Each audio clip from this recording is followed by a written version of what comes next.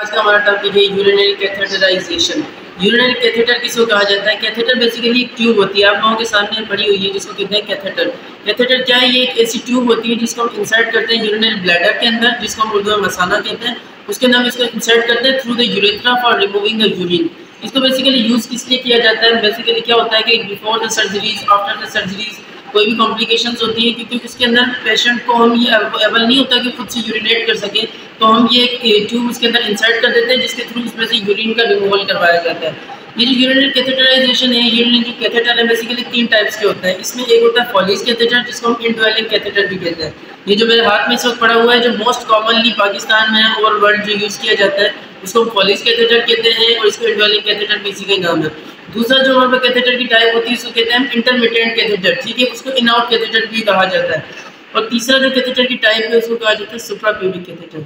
तो इन तीनों में डिफरेंसेस पहले हम पढ़ लेते हैं कि इन तीनों में डिफरेंसेस बेसिकली क्या है। कि सबसे पहले क्या है हमारे पास कि सुप्राप्यूबिक कैथेटर कब यूज़ किया जाता है? कि जब हमने फॉलिस कैथेटर को यूज़ किया, लेकिन अगर उसका जो बैलून होता है वो अगर बीच में कहीं ना कहीं जो है बस्ट हो गया, उसके बैलून के बस्ट होने की वजह से, यानी कि हमने यूरेथ्रा में इंसर्ट किया, और अगर यानी कि जो बंदा था वो सही से एक्सपर्ट नहीं था उस चीज़ में, कैथेटर उसने पहले कहीं पास नहीं किया, तो बैलून क्या होगा, बस्ट हो जाएगा कहीं पे यूरेथ्रा के अंदर, मेम्ब्रेनस यूरेथ्रा में स्पेशली। तो उसकी वजह से क्या हो जाएगी, ब्लीडिंग हो जाएगी, और ब्लीडिंग होने की वजह से हम दोबारा अगेन उसको फॉलिस कैथेटर को वहाँ से पास नहीं कर सकते। तो फिर क्या किया जाता है, सुप्राप्यूबिक कैथेटर। सुप्राप्यूबिक का मतलब क्या है? सुप्रा मीन्स के अबव, प्यूबिक मीन्स की प्यूबिक रीजन, मीन्स की प्यूबिक रीजन के अबव जो हमारा एब्डोमेन होता है, वहाँ से इंसिजन की जाती है, वहाँ पे कट लगाया जाता है, और कट लगाकर वहाँ से इंसर्ट किया जाता है उस कैथेटर को inside the urinary bladder for removing the urine. उसको कहते हैं सुप्राप्यूबिक कैथेटर। अच्छा, ये जो सुप्राप्यूबिक कैथेटर होता है 4 to 5 वीक्स के लिए आप इसको यूज़ कर सकते हैं, उसके बाद फिर चेंज करना होता है। दूसरा जो हमारे कैथेटर है, उसको कहा जाता है इंटरमिटेंट कैथेटर। इंटरमीडिएट कैथेटर, उसको इन आउट कैथेटर भी कहा जाता है। उसको हम जनरल तौर पे यूज़ कम करते हैं, वो इस वजह से कम यूज़ करते हैं क्योंकि वो टेम्परेरी होता है, परमानेंटली यूज़ नहीं किया जा सकता। वो एक मतलब अगर आपने यूज़ कर लिया तो वो दोबारा यूज़ आप उसको नहीं कर सकते, और यानी कि multiple times a day use करना होता है। लेकिन जो सबसे मोस्ट कॉमन है, जो हमने पढ़ना भी है, वो है हमारे पास कौन सा, फॉलिस कैथेटर। ये यानी कि जिस साइंटिस्ट ने डिस्कवर किया था उसका नाम था फॉलिस, तो उस वजह से इसके नाम पे जो है मतलब कि इसका नाम दे दिया गया है, तो फॉलिस कैथेटर इसको कहा जाता है। अच्छा, फॉलिस कैथेटर जो है बेसिकली ये वही है कि यूरेथ्रा के थ्रू इसको इंसर्ट करते हैं, और ये परमानेंट होता है, यानी कि जब तक पेशेंट को नीड होती है इसकी, तो इसको हम जो है इंसर्ट कर रखते हैं, ठीक है।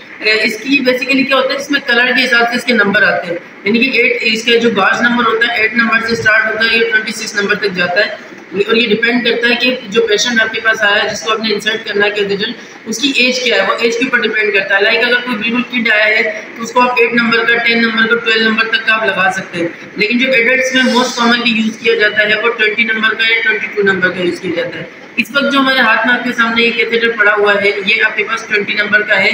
बेसिकली इसके अंदर जो है यानी कि डिपेंड करता है, यानी कि 20 नंबर का येलो कलर का आता है, 22 नंबर का जो है फिर वो इस तरह डिपेंड करता है, कोई पिंक कलर का होता है, कोई ब्लू कलर का होता है, तो वो उसमें मिलाते हैं, ठीक है।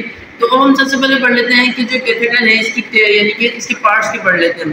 तो इसके बेसिकली 4-5 पार्ट्स होते हैं। सबसे पहले जो आप लोगों को पार्ट्स नज़र आ रहा है ये इसमें, तो ये जिसकी आप लोगों को आगे आगे नज़र आ रही है कहलाती है टिप, यानी कि इसको जो हम इंसर्ट करते हैं इसमें यूरेथ्रा के अंदर, ये हमारे पास इस तरह करके हम इसको इंसर्ट करते हैं यूरेथ्रा में। और यहाँ पे जो ना एक इसमें बैलून होता है, ये आप लोगों को सिरिंज नज़र आ रही है, मैं आपको सिरिंज का बताऊँगा कि इसका यहाँ पे क्या यूज़ होता है। तो इसमें बेसिकली क्या होता है कि इसके 2 पार्ट्स हैं, ठीक है। यहाँ पर एक इसका पार्ट है, ये ओपन पार्ट है, ये वाला आप लोगों को नज़र आ रहा है वो ओपन है, और ये वाला दूसरा जो है ये क्लोज पार्ट नज़र आ रहा है, ठीक है। ये जो क्लोज पार्ट है ये सिरिंज की हमने इंसर्शन के लिए होता है, यानी कि इंजेक्शन, ये इंजेक्ट करने के लिए होता है, हमने सिरिंज को यहाँ पे इंजेक्ट करते हैं। और ये वाला जो आपके पास ये ओपन है, तो ये यूरिन ड्रेनेज जो है ना यहाँ से होती है, यानी कि यहाँ पे यूरिन ड्रेनेज जो है हम यहाँ पे बैग लगा देते हैं, और यहाँ से जो यूरिन को इंसर्ट किया यानी कि रिमूव किया जाता है, और ये इसका कहलाता है वाई जंक्शन, ठीक है। अब आप लोगों ने इसमें एक बेसिकली एक चीज़ याद रखनी है कि जो मेल पेशेंट होता है उसके अंदर पूरा का पूरा जो कैथेटर होता है उसको इंसर्ट कर दिया जाता है टिल द वाई जंक्शन। ये जो आपकी वाई जंक्शन है यहाँ तक जो है अपने मेल पेशेंट के अंदर इसको इंसर्ट कर देना होता है। भाई फीमेल के अंदर क्योंकि यूरेथ्रा की अल्लाह ताला ने साइज डिफरेंट रखी है, मेल टू फीमेल वेरी करती है, तो इस तरह से जो है इसमें डिपेंड करता है, ठीक है।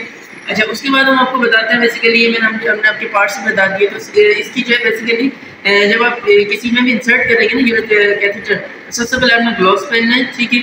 उसके बाद आपने ग्लोव्स पहन लिए, तो उसके बाद आपने ये जो इसकी टिप है यहाँ से लेकर इसकी वाई जंक्शन तक, इसमें बेसिकली एक जेल आती है जिसे कहते हैं लिग्नोकेन जेल, और लिग्नोकेन जेल इसमें जो यानी कि इस पर पुट की जाती है ताकि इससे यानी कि फ्रिक्शन रिड्यूस की जा सके और जो है ताकि पेशेंट को पेन वगैरह ना हो। तो इस वजह से हम जो है वो एक जेल लगा देते हैं। उसके बाद आपने क्या करना है कि आपने इसमें यानी कि वो जेल है लिग्नोकेन जेल को लगा के इसमें इंसर्ट कर देना यूरेथ्रा के अंदर, और उसको आपने कहाँ तक इंसर्ट करना है, यूरिनरी ब्लैडर के अंदर। कि आप लोगों को ख्याल रहे कि जो यूरेथ्रा होता है ना बेसिकली उसकी 2-3 पार्ट्स होते हैं। एक उसका पार्ट होता है जिसको कहा जाता है मेम्ब्रेनस यूरेथ्रा। मेम्ब्रेनस यूरेथ्रा जो होता है वो अनकवर्ड होता है, उसके आसपास कोई शीट नहीं होती जिससे वो कवर्ड हो। तो अगर कोई यानी कि एक्सपर्ट बंदा नहीं है और अगर उसने इस कैथेटर को इंसर्ट किया है टिल द मेम्ब्रेनस यूरेथ्रा, वहाँ पे जाकर उसने इसको जो बैलून था उसको यानी कि इन्फ्लेट कर दिया, तो मेम्ब्रेनस यूरेथ्रा क्या हो जाएगी, इसकी वॉल जो है डिस्ट्रक्शन हो जाएगी, और वॉल जब डिस्ट्रक्शन उसकी हो जाएगी तो उसकी वजह से ब्लीडिंग हो सकती है, सीवियर ब्लीडिंग हो सकती है। तो आप लोगों ने सबसे पहले क्या करना है, इसकी यूरिनरी ब्लैडर के अंदर इंसर्ट करना है। उसके बाद मैं आप लोगों को दिखाता हूँ, ये मेरे पास बेसिकली 5 सीसी की इस वक्त सिरिंज है, लेकिन जब आमतौर पे लगाया जाता है तो 10 सीसी की सिरिंज को डिस्टिल वाटर से पहले यानी कि फिल किया जाता है।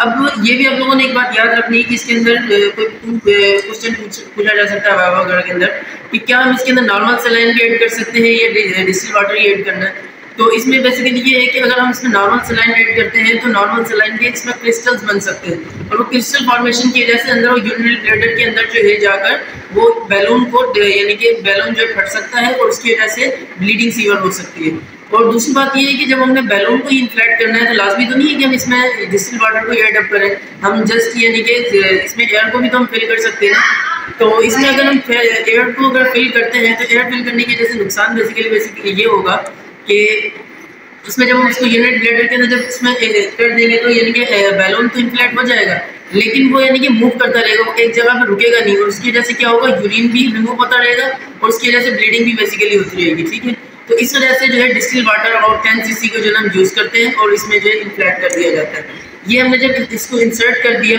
तो बेसिकली बस यही था आज का हमारा टॉपिक। तो ये आप लोगों का कैथेटर था, तो आई थिंक आप लोगों को समझ में आया होगा, और फर्दर आप लोगों को इसमें से कोई भी क्वेश्चन हो तो आप लोग पूछ सकते हैं। ठीक है।